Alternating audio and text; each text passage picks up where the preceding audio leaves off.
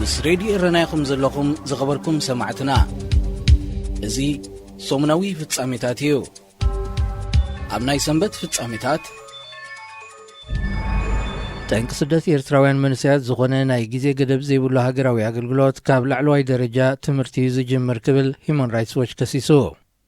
እቲ ሃገራዊ ትካል ብዓርቢ 9 ናሓሰብ ዘውፅኦ ጸብጻብ መዛዘሚ ላዕለዋይ ደረጃ ቤት ትምህርቲ ኣብ ማዓስከር ሰዋ ብምዃኑ መንስያት ኤርትራ ገና ትምህርቶም ከይወድኡ ድሮ ወተሃደራት ይኾኑ ከም ዘለዉ ብምግላጽ እቶም መንስያት ብሩህ መጻኢ ከም ዘይረኣዮም ይገብር ምህላው ሓቢሩ።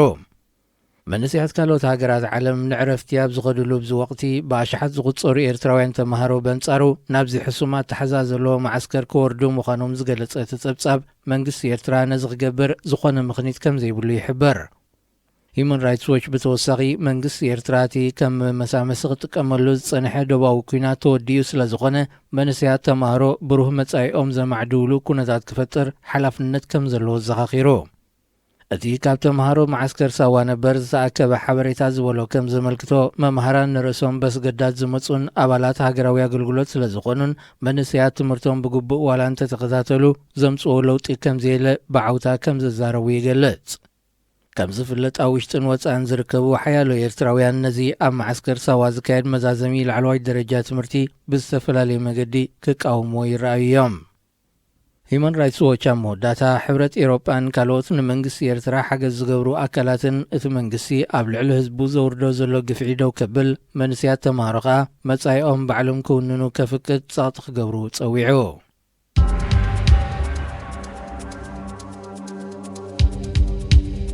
ልዕሊ 100 ዝኾኑ ስደተኛታት ዝጸዓነት ጃልባ ኣብ ማእከላይ ባሕሪ ካብ ናይ ምጥሓል ሓደጋ ከም ዝደሓነት ካብ ኢጣልያ ዝተመሓላለፈ ዜና ኣመልኪቱ። እቶም ኤስኦኤስ ሜዲተራንያን ምስ ሓካይም ብዘይዶብ ብዘካየዶ ጻዕሪ ዝደሓኑ ሓያሎ ኤርትራውያን ዝርከብዎም ስደተኛታት ዝተፈላለየ ሃገራት ወዲ 1 ዓመት ዝርከቦም 4 ህፃናትን ደቂ ኣንስትዮን ከም ዝርከብዎም ተገሊጹ። ነቶም ብዓርቢ 9 ናሓሰ ካብ ሞት ዝደሓኑ ስደተኛታት ንምቕባል ህቡብ ኣሜሪካዊ ተዋሳኢ ፊልም ሪቻርድ ጊር ናብታ መርከብ ብምኻድ መግብን ማይን ከም ዝዓደሎም ብቪድዮ ዝሰደዶ መልእኽቲ ገሊጹ። እቶም ስደተኛታት ኣብ ክልተ ጀላቡ ከም ዝነበሩ እንተኾነ እታ ሓንቲ ጃልባ ብሓልዋ ባሕሪ ሊብያ ተታሒዛ ንድሕሪት ከም እትምለስ ስለ ዝተገብረ ኣብ ምንታይ ኩነታት ከም ዘለዉ ክንፈልጥ ኣይከኣልናን ክብል ሪቻርድ ጊር ገሊጹ።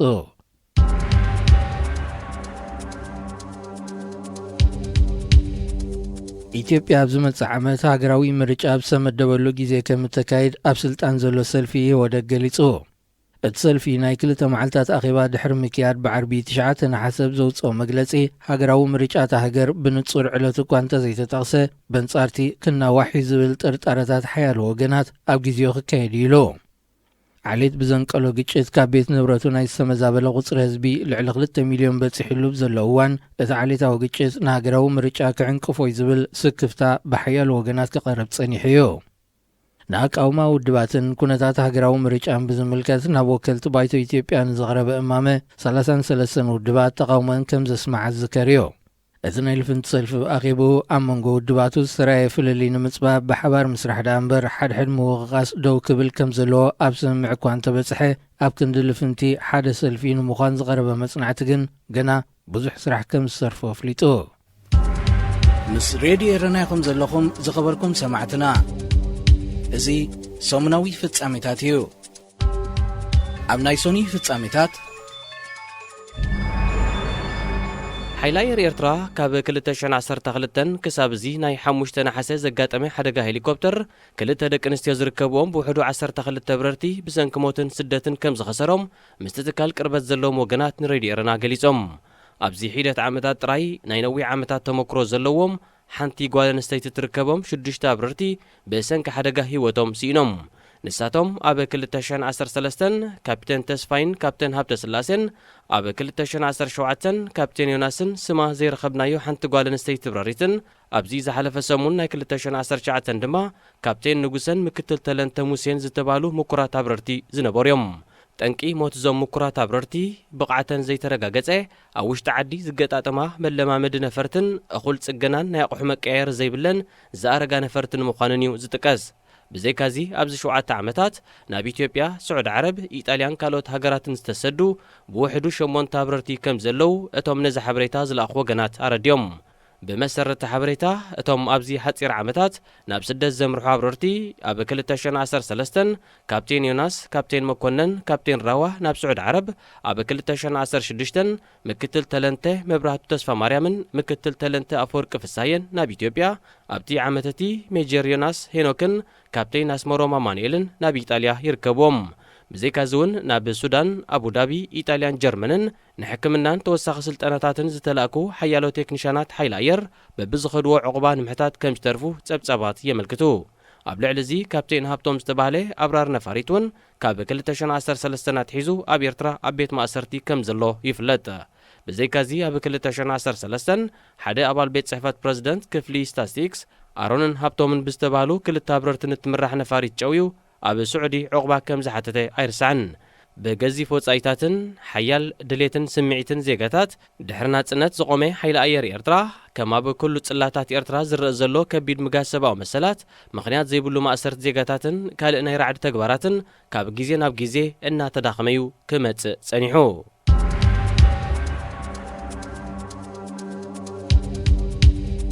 ሚኒስትር ጉዳያት ወጻኢ ኢጣልያን ማዕከን ቆልዑ ሕብራት ሃገራት ዩኒሴፍን ኤርትራውያን ቆልዑ ናብ ስደት ከይውሕዙን ምክልኻል ዝዓለመ ናይ ኣስታት 1 ሚልዮን ዩሮ ዝተፈላለየ መደባት ኣብ ኤርትራ ክካይዱ ምዃኖም እቲ ሚኒስትሪ ዝሓለፈ ሰሙን ኣብ ዘውፅኦ መግለጺ ኣፍሊጡ እቲ ብሚኒስትር ጉዳያት ወጻኢ ኢጣልያ ተመዊሉ ምሕያል ጽንዓት ቆልዑ መንእስያትን ሕብረተሰብን ንምግታእ ዘይሕጋዊ ስደት ኣብ ትሕቲ ዝብል ኣርእስቲ ብዩኒሴፍ ዝካየድ መደባት ኣስተምህሮ ስልጠናታት መምሕያሽ ናብራ ከምኡ ድማ ትሕት መነባብሮ ኣብ ዘለዎም ስድራታት ንዝርከባ ደቂ ኣንስትዮ ቆልዑ ትምህርተን ንምቕጻል ዘኽእለን ቁጠባዊ ሓገዝ ምብርካትን ዘጠቓለለ እዩ ኢጣልያ ነዚ ኣብ ኤርትራ ዝርከቡ ቆልዑ ዘድሃበ ፕሮጀክት ከም መፈተኒ መደብ ተበግሶ ዘላ ሱዳን ሊብያን ማእከላይ ባሕርን ሰጊሮም ናብታ ሃገር ናይ ዝኣትዉ ብዝሒ ናይቶም ብዚኣ ላይ ዝመፁ ኤርትራውያን ትሕቲ ዕድመ ቆልዑ እናዘየደ ይመጽእ ስለ ዘሎ እዩ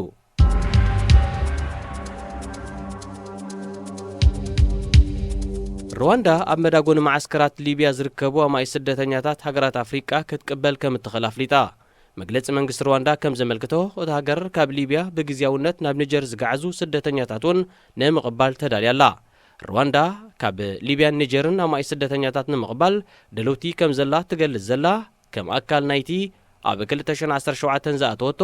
ኣስታት 30,000 ስደተኛታት ኣፍሪቃ ናይ ምቕባል መብጽዓ እዩ ኣብዚ ቀረባ ድማ ኣብ ሊብያ ብሕማቅ ኩነታት ዝርከቡ ኣስታት 500 ስደተኛታት ክትቅበል ትጽቢት ኣሎ ኩነታት ሊብያ ኣዝዩ ኣሻቓሊ ኮይኑሎ ኣብ ዘሎ ግዜ ኣብታ ሃገር ኣብ ሕማቅ ወዲቖም ዝርከቡ ዜጋታት ሃገራት ኣፍሪቃ ናብ ውሕስ ቦታ ምግዓዞም ሓላፍነት ኣለና ክብል ፕሬዚደንት ሩዋንዳ ፖል ካጋሜ ገሊጹ ሩዋንዳ ምስ መንግስቲ እስራኤል ብዝበጽሓቶ ስምምዕ ኣብ እስራኤል ካብ ዝርከቡ መብዛሕትኦም ዜጋታት ኤርትራ ዝኾኑ ስደተኛታት ክትቅበል ምጽንሓ ዝፍለጥ እዩ እንተኾነ ሓያሎ ካብቶም ናብታ ሃገር ዝኣተዉ ኤርትራውያን ስደተኛታት መሰላቶም ብግቡእ ከይተሓለወ ኣብ ሕማቅ ኩነታት ወዲቖም ብደላሎ ናብ ዩጋንዳ ክሰግሩ ከም ዝተገደድዮም ዝጠቕሱ ምስ ሬድዮ ኤረና ይኹም ዘለኹም ዝኸበርኩም ሰማዕትና እዚ ሰሙናዊ ፍጻሜታት እዩ ኣብ ናይ ሰሉስ ፍጻሜታት ኣብዚ ዝሓለፈ 3 ዓመታት ብማደረ ትምህርቲ ናብ ቻይና ካብ ዝተላእኩ ኣስታት 200 ኤርትራውያን እቶም ኣስታት ፍርቂ ኣብ ዝተፈላለየ ሃገራት ዕቑባ ከም ዝሓተቱ ምንጭታት ሬድዮ ኤረና ሓቢሮም እቶም ካብ ሚኒስትርታት ትምህርቲ ጉዳያት ወጻኢ ሃገራዊ ልምዓትን ቤት ጽሕፈት ህግደፍን በብእዋኑ ናብ ቻይና ዝተላእኩ ተምሃሮ ገሊኦም ትምህርቶም ድሕሪ ምዝዛም ናብ ካልኦት ሃገራት ናይ ምኻድ ዕድል ክረኽቡ ከለዉ እቶም ካልኦት ድማ ናብ ኤርትራ እናተመልሱ ኣብ ትራንዚት ብምትራፍ ጉዕዞኦም ናብ ካልእ ሃገራት ዝቐጸሉ እዮም ብፍላይ ብመንገዲ ኣየር ግብፂ ኣብ ዝካየድ ጉዕዞ ኣብ ካይሮ ንትራንዚት ድሕሪ ምዕራፎም ብዙሓት ካብኣቶም ናብ ኡጋንዳ ከም ዝኣተዉ ክፍለጥ ተኻኢሉሎ ኡጋንዳ ንኤርትራውያን ብዘይ ምእተዊ ቪዛ እትቕበል ሃገር ብምዃና ብፓስፖርት ካብ ኤርትራ ናይ ምውፃእ ዕድል ዝረኸቡ ተምሃሮ ናብዛ ሃገር ክውሕዙ ጸኒሖም እዮም በብእዋኑ ናብ ዝተፈላለየ ሃገራት ኤውሮጳን ኣሜሪካን ንማደረ ትምህርቲ ዝተላእኩ ኤርትራውያን ብብዝሒ ዕቑባ ንምሕታት ክተርፉ ብምጽንሖም መንግስቲ ኤርትራ ዝበዝሐ ናይ ማህደረ ትምህርቲ ዕድላት ናብ ቻይናን ሕቡራት ኢማራት ዓረብን ጥራዩ ኣተውኪሮ ቻይናን ሕቡራት ኢማራትን ብማህደረ ትምህርቲ ይኹን ካልእ ምኽንያታት ናብታ ሃገር ንዝኣተዉ ዜጋታት ዝተፈላለየ ሃገራት ዕቑባ ዘይሂብ ፖሊሲ ከም ዘለዎን ይፍለጥ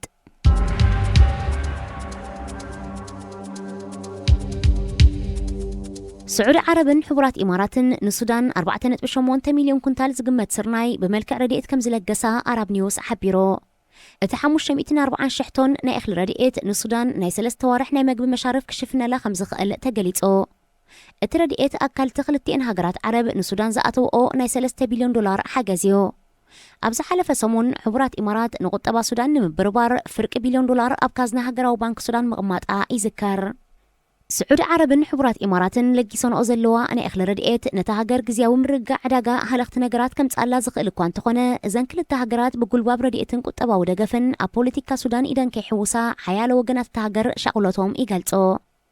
كلتين هجرات عرب نتي أبز حلفك الناس التقاعدة سمع مقام السجاجر منجستي زد الجف مجلس كوان توسعة زل على أمتأن أبتو تعدرا وجل مخانو إفلات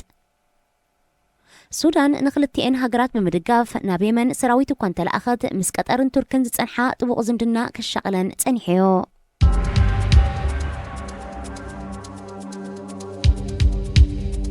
بريزيدنت صومال محمد عبد الله فارماجو زنبروني أمريكا زيجنت بوقع 5 سرزو بيت صحفتو أبزرقو مجلتي أفليتو محمد فارماجو بريزيدنت كابزخونو لوك المكلت عمتات زنبروني أمريكا زيجنت مملاس عقاو مسرح كايد كم تنحيو تحبيرو زحلف سمون دما اتمسرح تزازيمو اتي بريزيدنت ناب صومال تمليسو بريزيدنت كرمو مخانو اب امريكا نحيالو عمتات كم استقمت سنداتو يملكت بمسرت قوام صومال درب زيجنت سفقد كون تخونه بريزيدنت فارماجو زركبوم زبصحو سبسلطان صومال نزيجنت صومال اموناتا يكونون زبل وقسا بتدغاغا مخصمع صنيحيو መራሕትን ሰበስልጣንን ዝተፈላለዩ ሃገራት ኣፍሪቃ ንደቆምን ቤተሰቦምን ኣብ ሃገራት ኤውሮጳ ኣሜሪካን ካናዳን ብምቕማጥ ዜግነት ከም ዘትሕዝዎም ይፍለጥ ኣብ ኤርትራውን ዝበስሑ ሚኒስተራት ኣምባሳደራትን ኣዘዝቲ ሰራዊትን ደቆም ካብ ኤርትራ ብምውፃእ ኣብ ወፃኢ ሃገራት ከም ዘቐመጡ ሰነዳት ይረጋገጽ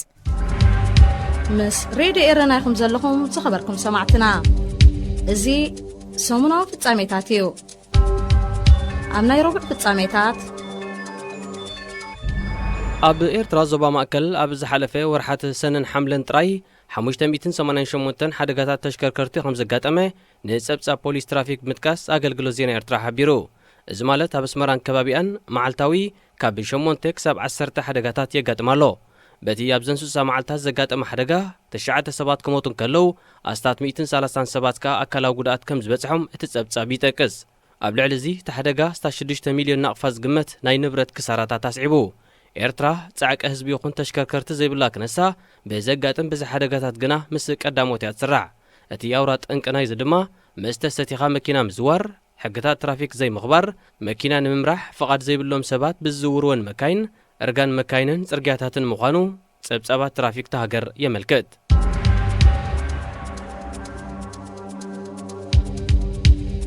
ወራስ ዓራት አቡዳብን ላዕለዋይ ወተሃደራዊ አዛዚ ሕቡራት ኢማራት ዓረብን መሐመድ ቢን ዛይድ አል ናህያንን ንጉስ ስዑድ ዓረብ ሳልማን ቢን ዓብደልዓዚዝ አል ስዑድን ኣብ ጉዳይ የመን ዘትዮም ክልቲኦም መራሕቲ ብሶኒ 12 ናሕሴ ኣብ ከተማ ሜካ ዘተዘካየዱ ብሕቡራት ኢማራት ዓረብ ዝድገፉ ካብ መንግስቲ የመን ዝተፈንጨሉ ዕጡቃት ንከተማ ዓደን ከም ዝተቆጻጸሩ ድሕሪ ምግላጽ እዩ ስዑድ ዓረብ ኣብ ሪያድ ኣብ ስደት ንዝርከብ መንግስቲ የመን ክድግፍ እንከላ ሕቡራት ኢማራት ግና ኣብ ዓደን ንዝርከቡ ዕጡቃት ክድግፍ መጽንሓ ይፍለጥ ኣብ ዝሓለፈ ዓመት እውን እቶም ብሕቡራት ኢማራት ዓረብ ዝድገፉ ዕጡቃት ንከተማ ዓደን ከም ዝተቆጻጸሩ ኣብ ዝተገልጸሉ ኣብ ስደት ዝርከብ መንግስቲ የመን ዕልዋ መንግስቲ ከም ዝፈጸሙ ምውቃሱ ኣይርስዕን سعود عربن حبرات إماراتن ننبينهم جلتات يدقفا مهلاون أب يمن زلون ربحتات زفل على مقانو تنتنتي يردو حبرات إمارات عرب نا ودب حديدا زغنعه أب قماقم كأي بحري نا يمن زنبرا سراويتات حرم سحبا بسعود عرب نمتكايو سعرتات زكايا زلو ودب حديدا أورا أفدق بحري نيك الربات حتو مقانو يتكاس انتغني حبرات إمارات عرب تغن سعود عرب كاب جماجم بحر إرترا دقافنا رقباون نتاودب كاب حتن ممنزع زكايدو ناي حموشت عمتات كينات فره كرقبالو أي كالان كلتين هجرات كاب زي باع مسبن جزيف باجتن وحيت وانزركب كينات يمن مواتسو سيننا لوب مهلاون بمنقد حبرات هجراتن كالوت أكلاتن بوليتيكا وفتحن من داي تدقاقامي سعرتات مكياد يركبا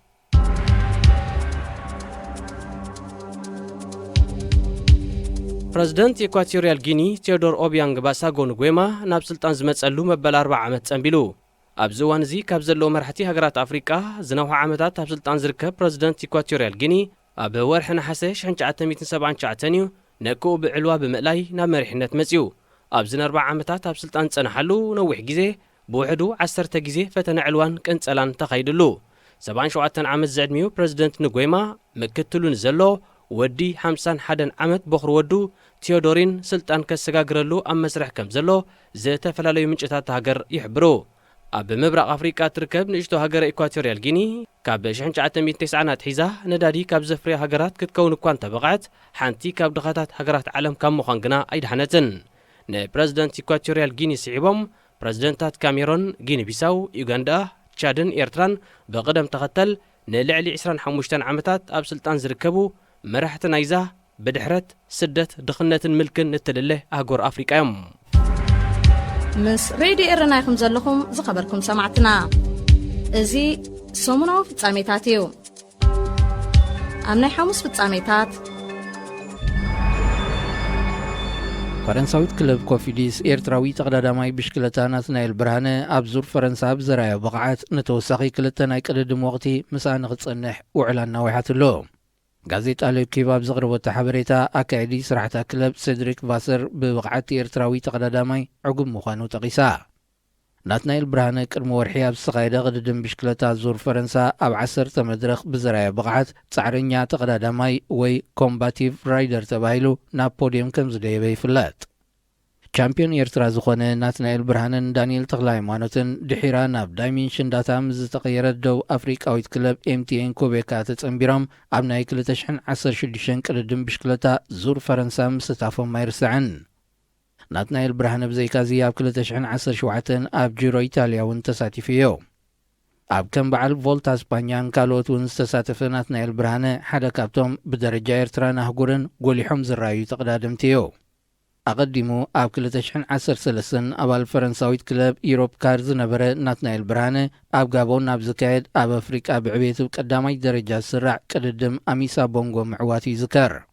ምስ ክለብ ኮፊድስ ንኽልተ ናይ ቅድድም ወቕቲ ክስለፍ ውዕሎ ሕዲሱ ዘሎ ናትናኤል ብቕዓቱ ብኸምዚ ዘለዎን ተቐጺሉ ኣብ ዝመጽእ ዓመት ኣብ ዙር ፈረንሳ ክሳተፍ ትጽቢት ኣሎ።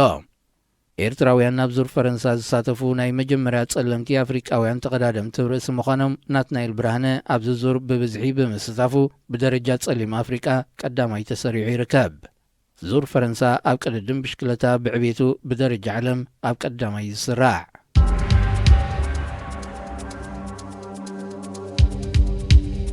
ቻይና ልዕሊ $1 ቢልዮን ዝተገመተ ኢንዱስትርያዊ ፓርክ ኣብ ኢትዮጵያ ከተማ ኣዳማ ክትሃንጽ ምዃና ኣዲስ ኣበባ ዝመደበሩ ኤምባሲቲ ሃገር ሓቢሮም። ኣገልግሎት ዜና ቻይና ሺንህዋ ብዘቕረቦ ሓበሬታ መሰረት እቲ ፓርክ ኣብ ምፍራይ ኣቑሑ ንዘድህባ ትካላት ንወፍሪ ዝዕድም ኮይኑ 85 ሚታዊት ናይቲ ባጀት ብቐጥታ ካብ መንግስቲ ቻይና ብዝርከብ ልቓሕ ክምወል እዩ። እቲ ዝተረፈ ድማ መንግስቲ ኢትዮጵያ ክምውሎ እዩ።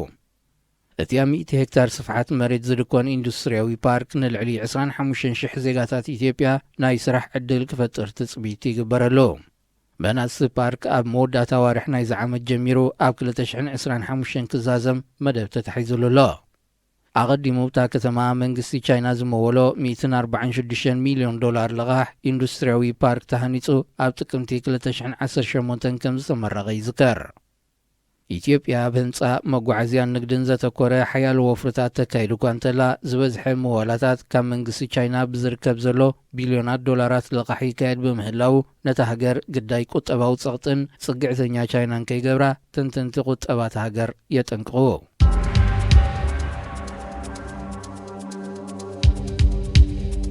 ኣምባሳደር ካሜሮን ናብ ኢትዮጵያን ሕብረት ኣፍሪቃን ጃክ ኣልፍረድ ዶምቤ ኣብ ኣዲስ ኣበባ ዝርከብ መንበር ገዝኡ ሞይቱ ከም ዝጸንሐ ማዕከናት ዜናታ ሃገር ሓቢረን። እቲ ሓደ ካብ ላዕለዎት ዲፕሎማስኛታት ካሜሮን ምዃኑ ዝተጠቕሰ ኣልፍረድ ዶምቤ ብሶኒ 12 ነሓሰ ሞይቱ ከም ዝተረኽበ ዘረጋገጸ ሚኒስትሪ ጉዳያት ወጻእቲ ሃገር ጠንቂ ማውቱ ይሓበረን። 62 ዓመት ዝዕድሚኡ ኣምባሳደር ዶምቤ ብተረጋጋሚ ይሓምም ብምንባሩ ጠንቂ ሞቱ እውን ሕማም ክኸውን ከም ዝኽእል ግምታት ኣሎ። እንተኾነ ዝያዳ መርመራ ክግበረሉ እቲ ሬሳ ናብ ሆስፒታል ተላይኹሎ። ምስ ሬድዮ ኤረና ኢኹም ዘለኹም ዝኸበርኩም ሰማዕትና እዚ ሰሙናዊ ፍጻሜታት እዩ። ኣብ ናይ ዓቢ ፍጻሜታት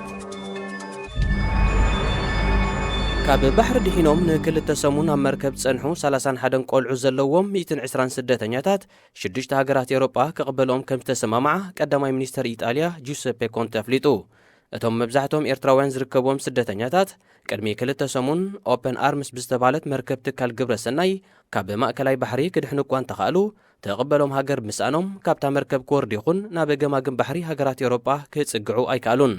ካፕቴን ናይታ መርከብ ብውሕዱ ነቶም ትሕቲ ዕድመ ዝኾኑ ቆልዑ ህፁፅ ቆላሕታ ብምግባር ኣብ እስጳኛ ናይ ዕቑባ መስርሕ ክጅመረሎም ዘቕረቦ ጥርዓን ብመንግስቲ እስጳኛ ክንጸግ ይጸኒሑ። እንተኾነ ቀዳማይ ሚኒስተር ኢጣልያ ብዝሃቦ ሓበሬታ እቶም ኣብ ሰንፈላል ጸንሑ ስደተኛታት ፈረንሳ፣ ጀርመን፣ እስጳኛ፣ ፖርቱጋልን ሮማንያን ከቕበልኦም ተሰማሚዕን ኣለዋ። ኣብዚ 13 መዓልታት ካብ ገማግም ባሕሪ ሊብያ ካብ ዝተበገሳ ጀላቡ ዝዳሕኑ ብዙሓት ኤርትራውያን ዝርከብዎም ኣስታት 500 ስደተኛታት ዘቕበሎም ሃገራት ሲኢኖም ኣብተን ዘድሓንኦም መራኽብ ከም ጸንሑ ጸብጻብ ኣሶሺየትድ ፕረስ ካብ ሮማ ሓቢሩ። ኣብዚ ዝሓለፈ ወርሒ ኣስታት 300 ስደተኛታት ጸዓነት ጀልባ ኣብ ማእከላይ ባሕሪ ብምጥሓላ መብዛሕቶም ኤርትራውያን ዝኾኑ 150 ሰባት ሞይቶም እዮም። ድሕሪዚ ሓደጋዚ ሓያሎ ትካላት ግብረ ሰናይ መራኽበን ብምውፋር ህይወት ኣብ ምድሓን ተዋፊረን እኳ እንተለዋ ዝቕበሎም ሃገራት ኣብ ምርካብ ግና ከቢድ ብድሆ ገጢሞን ይርከብ።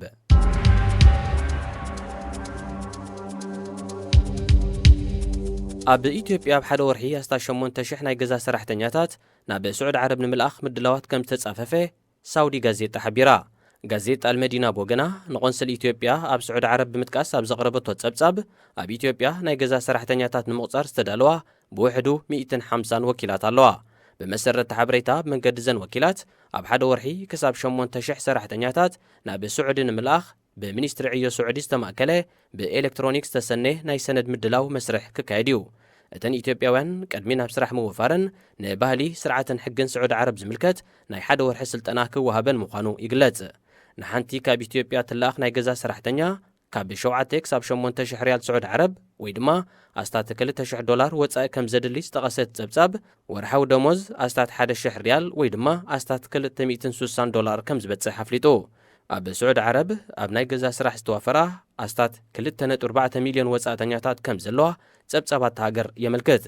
ኢትዮጵያ ሓንቲ ካብተን ብብዝሒ ሰራሕተኛታት ገዛ ናብ ስዑድ ዓረብ ትልእኽ ሃገር እያ። እንተኾነ ኣብ ልዕሊ ብዙሓት ኢትዮጵያውያን ሰራሕተኛታት ብስዑዳውያን ብዙሕ ግፍዕታት ከም ዝወርድ ብተደጋጋሚ ይግለጽ።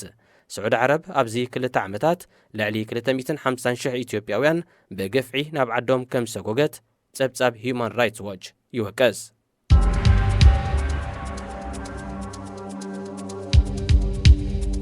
ካብ ዕለት ናብ ዕለት እናዘያደ ንዝመጽእ ዘሎ ብዝሕያት ከኽቲ ሽጋራ ክትቆጻጸር ዘይከኣለት ፈረንሳ ዋጋታቱ ዓመታዊ ክትውስኸሉ እያ ትርአ። ኣብዚ እዋን እዚ ንሓንቲ ፓኮ ሽጋራ ኣስታት $10 ክትሸይጥ ዝወሰነት ፈረንሳ ብሰንኪ ምትካኽ ንስዕብ ጥዕናዊ ጸገም ንዝግበር ናይ ሕክምና ወጻኢታት ካብዚ ብኽቡር ሽየጥ ዘሎ ናይ ሽጋራ ኣታዊታት ንምክሓሱ እያ ትጽዕር። 75 ሚእታዊት ናይ ነፍሲ ወከፍ ሽያጥ ሽጋራ ግብሪ መንግስቲ እዩ። ኣብ ኤውሮጳ ሓንቲ ካብተን ዝኸበረ ዋጋታት ሽጋራ ዘለዋ ፈረንሳ ምስ ጎረባብታ ጀርመንን ኢጣልያን እንተተወዳዲራ ጥራይ ብዕጽፊ ዝዛየደ እዩ። በዚ ዋጋ እዚ እውን ደው ትብል ኣይትመስልን። ኣብ ሳልስቲ እዚ ድማ ብምትካኽ ሽጋራ ንዝብከል ዘሎ ጎደናታታ ንምጽራይ ሓድሽ ተበግሶታት ክውሰድ ምዃኑ ይዝረበሉ ኣሎ። ዘትካኽዎ ሽጋራ ፈቐዱ ዝድርብዩ ሰባት ብምቕጻዕ ጽሬት ጎደናታት ፈረንሳ ምሕላው ሓደ ካብቲ መደብ እዩ። ኣቐዲማ ኣብ ህዝባዊ ቦታታት መጓዓዝያ፣ ኣብያተ ምግቢ፣ ባራትን ካልእ ከባቢታትን ሽጋራ ከይትከኽ ዝኸልከለት ፈረንሳ ሕጂ ድማ ተካኽ ሽጋራ ፈቐዱ ምድርባይ ብጽኑዕ ክትእግድ እያ ትመስል። ኣብ ጎደናታት ፓሪስ ቡንን ሽጋራን ዘዘውትሩ ዓማዊል ነዚ ኣብ ልዕሊ ሽጋራ ዝግበር ዘሎ ጽዑቕ እገዳታት ንባህልታ ከተማ ዘህስስ እዩ እናበሉ ክቃሙ ይስምዑ። ብፍላይ ነንዕለት ዝውስኽ ዘሎ ዋጋታቱ ዋጋ ምሳሕ ኮይኑ ክብልዮም ዘማርሩ። ምስ ጥዕናን ብከላ ከባብን ተኣሳሲሩ ስለ ዝግለጽ ግና ሰማዒ ክረኽቡ ይኽእሉ እዮም ዝብል ግምት የለን። ሬድዮ ኤረና